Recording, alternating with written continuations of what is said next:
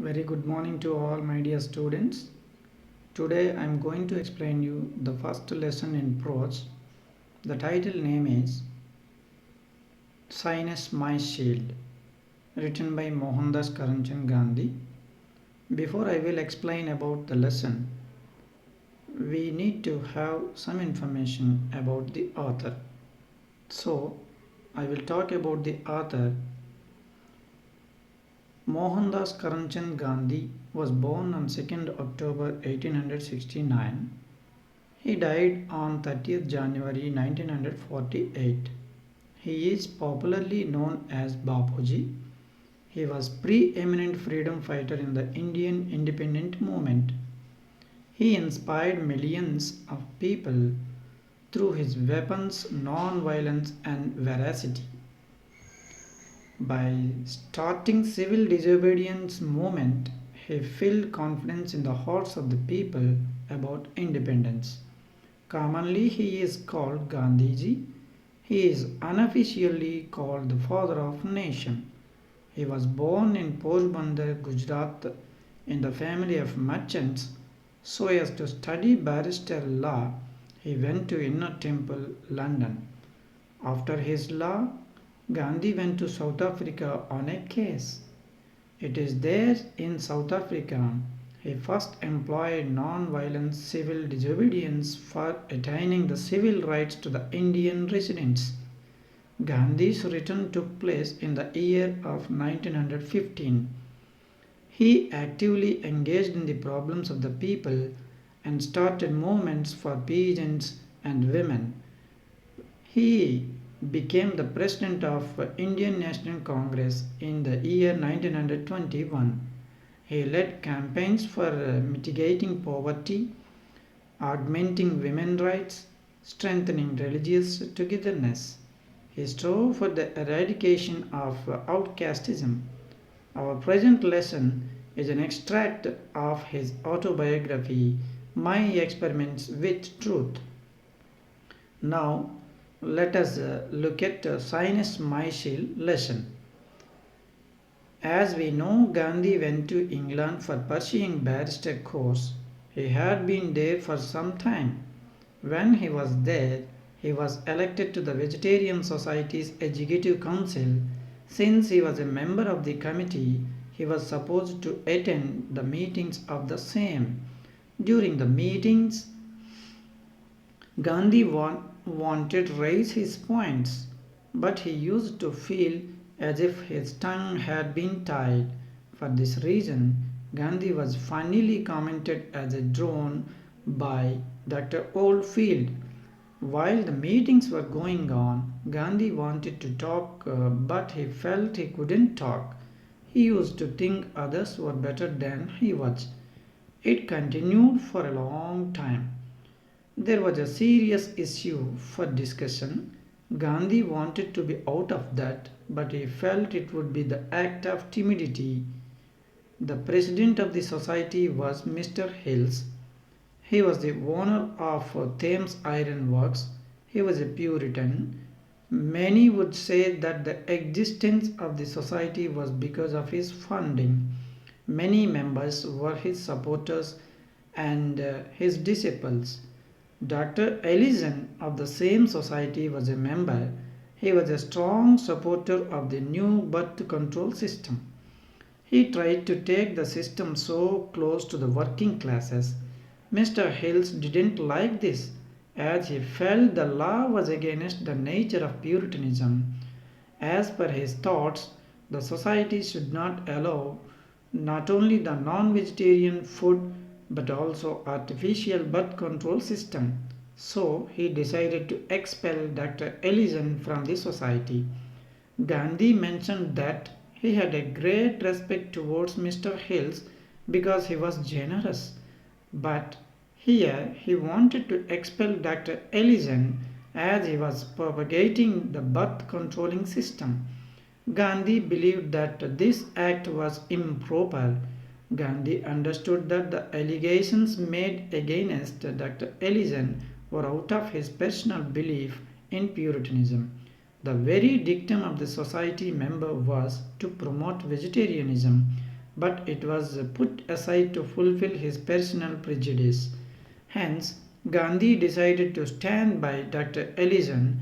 When the motion was allowed in the meeting, some expressed a similar opinion, but Gandhi put up his opinion on a piece of paper, but he couldn't read it. It was read by someone. Eventually, Dr. Ellison was banished from the society. Gandhi felt that this act was right even though it wasn't supported by the majority. Later, Gandhi ended his relationship with the committee.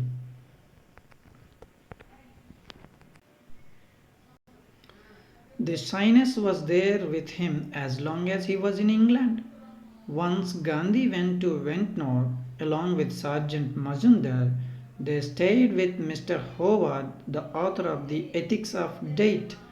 He invited Gandhiji and his companion to attend a meeting for the promotion of vegetarianism. Gandhi thought of his own speech as he couldn't speak spontaneously and didn't like reading other scripts. While the meeting was in progress, Gandhi was asked to speak. He opened his script but hardly read a page of it. His shyness made him tremble and put him in a great trouble. Later, Sergeant Majumdar read Gandhi's speech. Gandhi recollected Majumdar's speech was spotless. Gandhi's last effort for a public speech in England took place before he was leaving England. He invited his vegetarian friends to present at a Holborn restaurant. Gandhi spoke to himself that vegetarian food should be supplied not only vegetarian restaurants but also in non-vegetarian restaurants. He thought of making a speech on the issue. He asked the manager of the Holborn to provide only vegetarian food. He commented the dinners of the West as artful because while having dinners, they show their aesthetic sense also. They enjoy music and organize speeches. Hence, he chose a dinner at a restaurant could be a better way to redemption from his shyness. The dinner began. Speeches started. Gandhi's turn came. He was in the fist of tension. He thought of Edison, who began his speech in the House of Commons with "I conceive" and said the same thrice. In reply to that, someone there said, "This gentleman conceived thrice but brought forth nothing." This created there a great laughter. Gandhi recollected the incident and simply thanked all people who responded to his invitation. Gandhi said his effort of freeing himself from shyness brought a new insult. Gandhi said that he could be free from shyness in South Africa, but it was a partial success. He said he could not speak to the unknown. As much as possible, he used avoiding speaking to the strangers. He said that he did not like to talk to the people to pass time. In the ultimate paragraph of the lesson, Gandhi said that he was greatly benefited on account of his shyness. He said that his shyness didn't bring him any disadvantages, but it was advantageous to him. He compared his shyness with a kind of joy which had been annoyance prior. He said that he had learned to use the words as per the need of the hour. Because of being shy, he improved his control over words. On account of this, he learned speaking only after a thorough thought. He said that he was never unhappy either by the way of writing or speaking. This shyness spared him from many difficult situations. He said that silence is a part of being in truth. He added that over talking is a weakness to man. By using this, man tried to suppress the truth, but silence avoids such inhuman deed. Gandhi said a man of few words doesn't waste his words since he values them. Gandhi mentioned that the so-called meetings as example where speakers ask for permission and keeps on speaking with the exceeding time limits. Gandhi said all this kind of speaking doesn't fetch any good to society. Instead, it becomes the foundation for clamor. He concluded that his shyness was really a shield which had helped him to have the knowledge of truth. Thank you, one and all.